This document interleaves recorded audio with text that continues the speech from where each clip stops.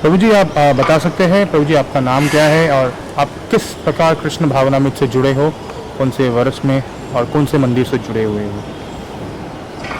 मैं मधुसुंदर दास, मैं हरिओम यूनिवर्सिटी गोपाल कृष्ण स्वामी महाराज का डिसाइपल हूँ और हम लोग दिल्ली मंदिर से हैं और हमारी एक संकीर्तन पार्टी है वो डिस्ट्रीब्यूशन। तो हम लोग पूरे जो है इंडिया में संकीर्तन पार्टी में उसमें हम लोग घूमते हैं और अलग अलग जाकर पुस्तक वितरण करते हैं। कि आप बता सकते हैं प्रभु जी आप किस प्रकार कृष्ण भावनामृत से जुड़े, कौन से साल में? और अब जैसे आप कीर्तन पार्टी आपका है, तो आप कैसे इस संगठन से जुड़े हो? एक्चुअली सबसे पहले मुझे ये भगवद गीता यथा रूप प्राप्त हुई थी। हम लोग गांव में थे बरेली में, तो वहाँ पर जो है ये भगवद गीता यथा रूप प्राप्त हुई। वैसे तो मैं भगवद गीता पढ़ने में काफ़ी इंटरेस्टेड था, लेकिन जब भगवद गीता यथा रूप प्राप्त हुई तो वास्तविक मनुष्य जीवन का लक्ष्य पता गया और धीरे धीरे जो है मैं इस्कॉन के टच में आया। हाँ, इस्कॉन के टच में आया और फिर जो है हमारे शिक्षा गुरु मोहन बाबू प्रभु के संपर्क में आकर धीरे धीरे मैंने जो है ज्वाइन किया इस्कॉन और दिल्ली में जो है मैंने ज्वाइन किया।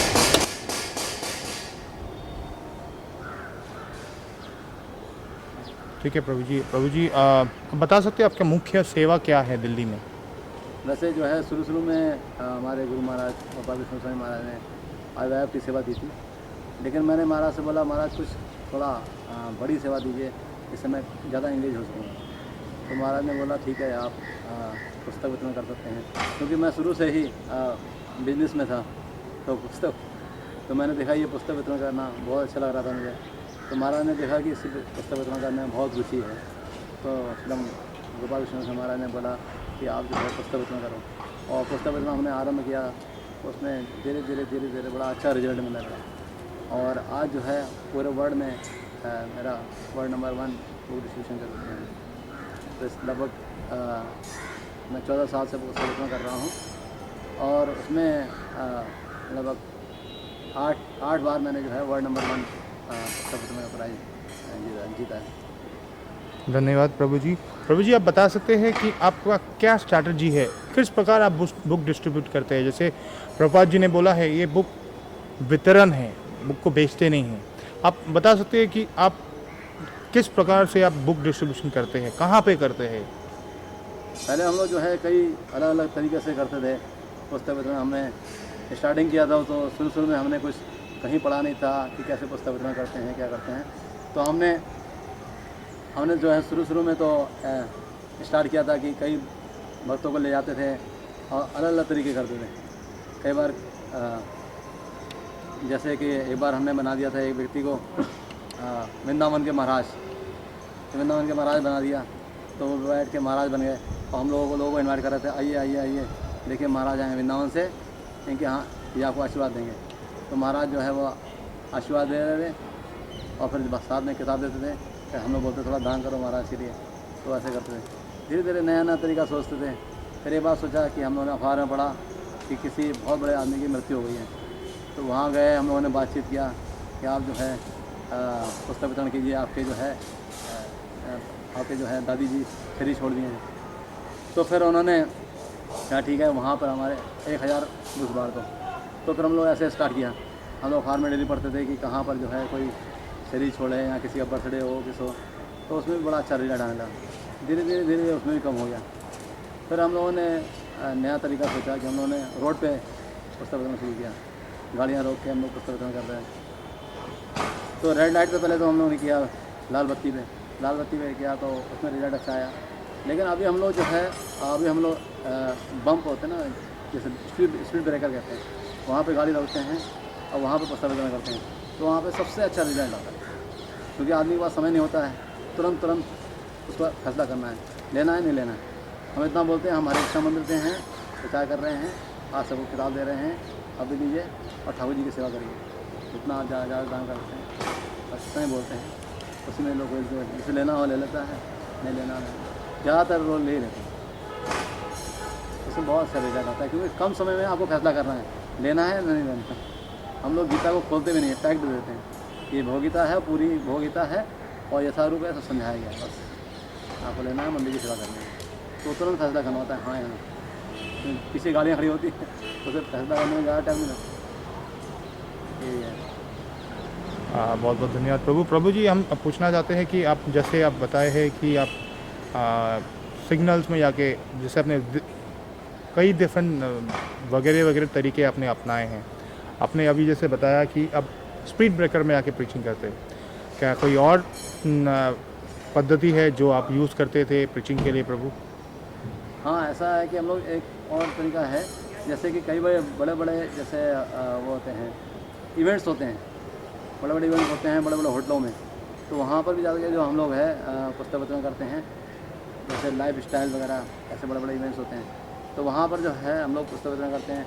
वहाँ का जो ऑनर है उससे जाके बात करते हैं कि हम लोग स्टॉल लगाएंगे और हम लोग फ्री बुक्स देंगे। तो वो कहते हैं ठीक है, जब आप फ्री बुक्स बोलोगे तो वो आपको स्टॉल दे देंगे। स्टॉल देते हैं और हम लोग बोलते हैं उनसे कि आपके लिए गीता है, जो भी आता है वहाँ पे यहाँ आपके लिए गीता है, और आज जो आपसे मंदिर के लिए दान होता है दान करिए। हमारे कई प्रोग्राम होते हैं, हमारा फुटबॉल लाइव होता है, हमारा हम लोग जो है गाय गौशाला का प्रोग्राम होता है, कई प्रोग्राम होता है, तो आप कोई किसी के लिए दान कर सकते हैं, तो वो लोग दान करते हैं। तो वो भी जो है कई तरीके से इस तरीके से जो है बहुत उसमें भी काफ़ी अच्छा होता है। और कई लोग ऐसे आते हैं जो बहुत दान कर देते हैं। एक बार ऐसे ही जो है हमने रोड की बात कर रहे थे, एक बार रोड पे एक व्यक्ति जो है हमको मिला था, तो उसको जो है हमने पुस्तक दिया एक, मैंने बोला ये आपके लिए पुस्तक है।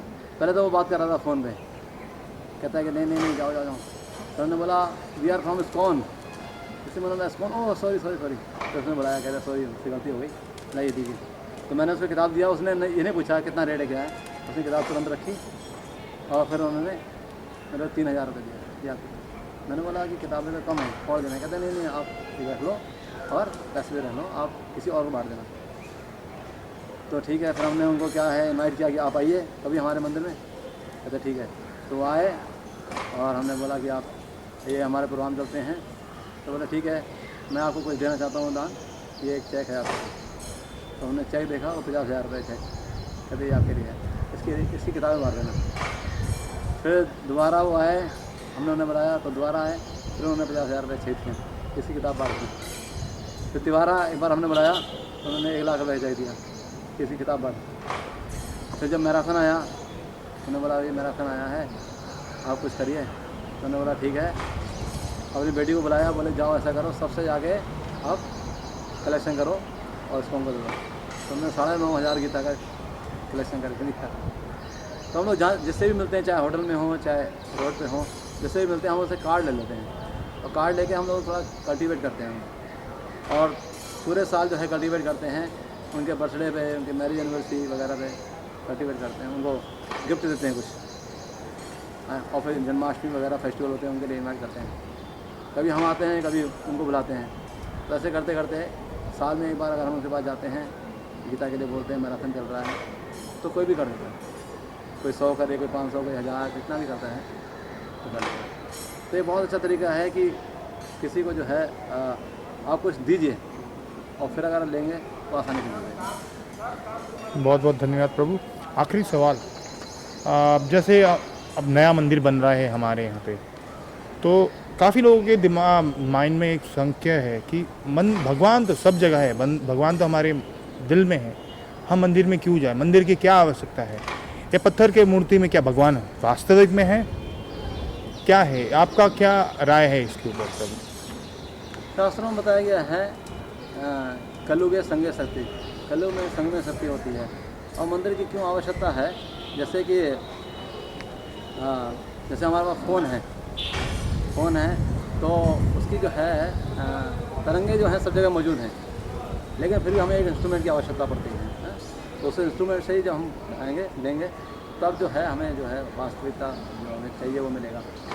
और मंदिर जाने से क्या होता है कि क्योंकि एक संग मिलता है और संग में शक्ति होती है, बल मिलता है। शास्त्रों में बताया गया है कि स्थान प्रदानम न बल प्रदानम, स्थान से जो है बहुत बल मिलता है। जैसे कि एक बंदूक होती है और उसका एक छर्रा होता है। छर्रा जो है हम किसी को अगर मारें तो क्या लगेगा, थोड़ी सी चोट लगेगी, लेकिन उस छर्रे को उस स्थान पर रख दें, फिर अगर हम छोड़ते हैं तो कितना प्रभाव होता है, क्योंकि उसको उसका स्थान मिल गया है। उसी तरीके से एक बार जैसे गरुड़ जी गए थे शिव जी से मिलने के लिए, तो शिव जी के गले में जो सांप था वो उनको फुसकार रहा। तो गरुड़ जी ने मन में कहा कि देखो वासुकी जैसे सर्प होते हैं ना, वो भी मेरे सामने कभी ऐसे नहीं फुसकारते हैं जैसे तू फुसकार रहा है, क्योंकि अभी तू उस स्थान पे है जहाँ पे तुझे बल मिल रहा है। हाँ? जैसे कि हम देखते हैं एक बच्चा होता है, बच्चा अगर पिताजी की उंगली पकड़ के चलता है तो क्या होता है, उसके अंदर पावर होती है, वो किसी भी बड़े बड़े को हाइट कर देता है। लेकिन अगर वही बच्चा अकेला होता है, उसको अगर कोई भी हाइट कर देगा तो भाग जाएगा, तो उसे बल मिलता है। तो उसी तरीके से जब मंदिर हम जाते हैं तो बल मिलता है वहाँ पर, क्योंकि वो स्थान ऐसा है जहाँ पर सिर्फ क्या होता है, हमें भगवान का ख्याल रहता है, भक्तों का ख्याल रहता है, भक्तों का संग मिलता है, तो ये ख्याल रहता है, तो अपने आप बल मिलता है। अपने आप जो है हम लोग अपने आप इच्छा होती है कि हम लोग भी जब करें, हम लोग भी जो है भगवान के दर्शन करें, ये करें, तो एक ये जो है स्वतः भक्ति हो जाती है। और अगर हम लोग जो है घर में बैठे या कहीं भी बैठ के हम लोग कहें कि हम लोग कर लेंगे भक्ति, तो जो है आलस हो जाता है और भक्ति में जो है प्रगति नहीं हो पाती है। आप देख सकते हैं घर में बैठ के भी पढ़ाई हो जाती है, लेकिन फिर स्कूल और कॉलेज क्यों खुले, वहाँ पर बल मिलता है, संग से शक्ति मिलती है। तो कलयुग है संग शक्ति, कलयुग में संग में शक्ति है। तो यही है कि इसलिए मंदिर जाते हैं और क्योंकि वैसे माहौल मिल जाता है। और वास्तव में इस्कॉन के जैसे मंदिर हैं वहाँ पे ये बहुत बड़ी अपॉर्चुनिटी मिलती है कि आदमी जो है वहाँ पर जाके, शिला प्रभुपाद जी ने ये सेंटर इसीलिए खोले हैं इतने, कि वहाँ पर जाके जो है भक्तों का संग करें, साधु संग करें और भक्ति में तुरंत प्रगति करें। हम लोग पहले भी जो है गीता पढ़ रहे थे, कई गीता हमने पढ़ी, गीता प्रेस गौरवपुरी कई गीता पढ़ी, लेकिन कभी हृदय चेंज नहीं हुआ, कोई परिवर्तन नहीं हुआ। लेकिन जैसे ही इस्कॉन की भगवगीता पढ़ी और इस्कॉन के संपर्क में आए, तुरंत तुरंत तुरंत भक्ति में आगे बढ़े। तो ये मैं आप देख सकते हैं इस्कॉन मंदिरों में जाके कितने कितने यंग लड़के हैं जो हैं वो भक्त बने हुए हैं, और आम मंदिरों में जाएंगे या घर में देखिए तो ऐसा नहीं हो पाएगा। लेकिन जैसे ही किसी प्रमाणिक संस्था के संपर्क में आते हैं और भक्तों से मिलते हैं तो तुरंत जो है आदमी भक्ति करने लगता है। हरे कृष्ण प्रभु जी, बहुत बहुत धन्यवाद।